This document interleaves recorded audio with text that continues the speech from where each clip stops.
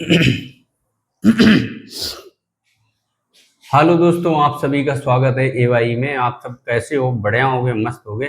दोस्तों, अगर आप किसी भी एग्जाम की तैयारी कर रहे हो, चाहे एसएससी हो, चाहे एसएससी जीडी हो, या एसएससी सीजीएल हो, या यूपी टेट हो, सुपर टेट हो, अगर इन सभी में से किसी भी एग्जाम की अगर आप तैयारी कर रहे हो, अगर इंग्लिश आ रही है तो ये बहुत इंपॉर्टेंट पोर्शन है और आपके एग्जाम में जरूर आएगा। तो ये बेसिक चीज है जो आपको समझ में भी आनी चाहिए। तो आज हमारा फर्स्ट चैप्टर है, जो कि हमारा फर्स्ट चैप्टर है ये सेंटेंस। समझ रहे हो? जो कि एक हमारे इंग्लिश की मान लो बेस है, या न्यू है, या जड़ है, ये हम कह सकते हैं। ठीक है दोस्तों, तो आज हम सेंटेंस के बारे में सीखेंगे कि सेंटेंस कितने टाइप के होते हैं और सेंटेंस में कहाँ से क्वेश्चन बनते हैं और सेंटेंस को कितने टाइप में डिवाइड किया गया है। तो ये हम आज सब अच्छी तरीके से जानेंगे। और दोस्तों, किसी भी अगर एकेडमिक की तैयारी कर रहे हो, जैसे क्लास 12th हो गया, 10th हो गया, अगर इंग्लिश अगर उसमें आ रही है, आप इंग्लिश सब्जेक्ट लिए हो, तो उसमें भी इम्पोर्टेंट है बहुत ही।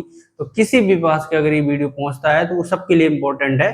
तो चलिए अब हम ध्यान से देखते हैं, इसको समझते हैं। ठीक है दोस्तों, आ जाइए। और तो देखो हमारा कहने का मतलब ये है कि कोई भी एकेडमिक है उसके लिए भी इम्पोर्टेंट है क्लास। तो देखो दोस्तों, सेंटेंस को हिंदी में वाक्य कहते हैं, जो आप लोग बहुत अच्छे से जानते हो कि सेंटेंस को हिंदी में वाक्य कहते हैं। और अगर सेंटेंस में ये से हटा दिया जाए तो हमारे पास केवल और केवल बचेगा टेंस। समझ रहे हो दोस्तों? टेंस। और जब ये टेंस बचेगा तो एक टेंशन नहीं दे देगा, जिसको हिंदी में उपवाक्य कहते हैं। तो सीधी सी बात अगर बात बोलूं मैं दोस्तों, तो सेंटेंस को हिंदी में वाक्य कहते हैं और टेंस को हिंदी में उपवाक्य कहते हैं। अब ये उपवाक्य क्या होता है? किसी सेंटेंस, जब कोई सेंटेंस लिखा होता है, उसका एक छोटा भाग, जो छोटा भाग होता है उसी को उपवाक्य कहते हैं। जैसे मैंने कह दिया राम गोज टू कानपुर, तो ये हो गया सेंटेंस। अगर मैंने इसमें कह दिया राम गोज, तो ये हो गया टेंस। समझ में आ गई बात दोस्तों? तो इसको कहते हैं टेंस। समझ में आ गई होगी बहुत अच्छे से। तो अब सेंटेंस जो दोस्तों होते हैं वो होते हैं तीन टाइप के। कितने टाइप के होते हैं? वो तीन टाइप के सेंटेंस होते हैं दोस्तों। एक तो हमारा होता है सिंपल सेंटेंस, दूसरा होता है कंपाउंड सेंटेंस, तीसरा होता है कॉम्प्लेक्स सेंटेंस। आई होप अच्छे से समझ में आ रहा होगा। और सिंपल सेंटेंस को हिंदी में सरल वाक्य कहते हैं। अब सरल वाक्य कैसे होता है? जैसे मान लो कोई बात बोल दी गई और सीधी सी बात बता दी गई, वो हमारा सिंपल सेंटेंस होता है। अब इसको कैसे समझेंगे? आओ एग्जांपल से समझते हैं। जैसे राम कानपुर जाता है, एक सीधी सी बात बोल दी गई, सरल बात बोल दी गई कि राम कानपुर जाता है। तो ये हमारा सिंपल सेंटेंस हो गया। अब इसकी इंग्लिश बना ली मैंने, और इनको भी आगे से आगे डिटेल में पढ़ेंगे कि ये सिंपल सेंटेंस में जो टाइप होते हैं कैसे बनाएंगे।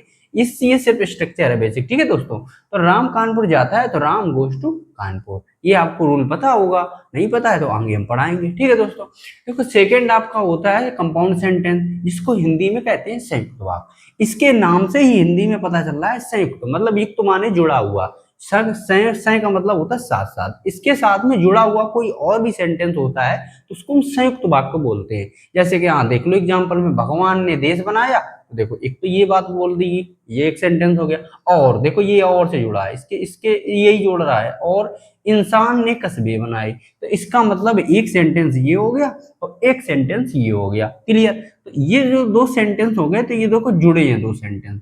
और किससे जुड़े? युक्त माने होता है जुड़ना या जोड़ना, तो युक्त माने ये सेंटेंस जो है कैसे जुड़े हैं। अब किससे जुड़े? और से जुड़े हैं, तो इसलिए इसको संयुक्त सेंटेंस कहते हैं, संयुक्त वाक्य कहते हैं, क्योंकि इसमें दो सेंटेंस जुड़े होते हैं दोस्तों। तो इसकी इंग्लिश भी बना ली मैंने, God made the country and man made the town.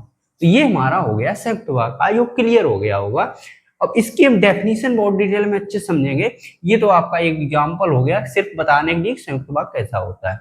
Compound sentence की डेफिनेशन सीखेंगे, सिंपल सेंटेंस की जानेंगे, आगे हम वीडियो में जरूर जानेंगे, बस साथ में बने रहिएगा।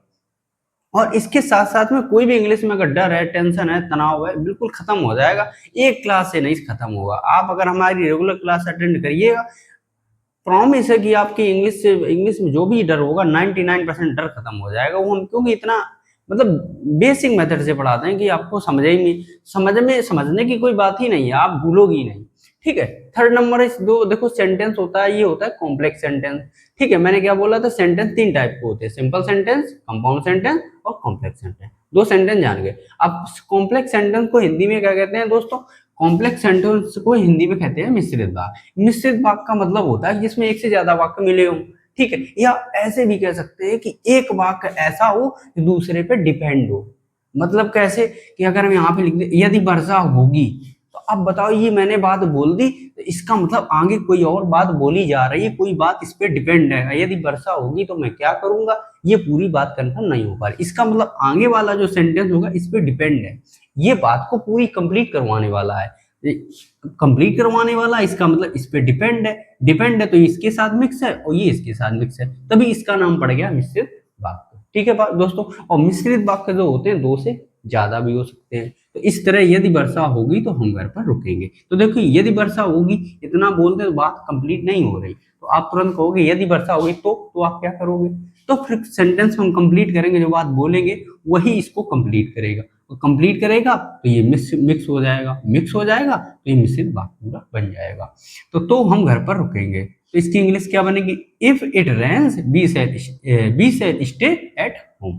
ये आप बहुत अच्छे से रूल जानते होगे, नहीं जानते हो तो आगे हम वीडियो में आगे क्लास में देखेंगे। ठीक है, और ये स्पेशल क्लास आपकी एसएससी सीजीएल, एसएससी जीडी या सुपर टेट और अदर एग्जाम्स के लिए है।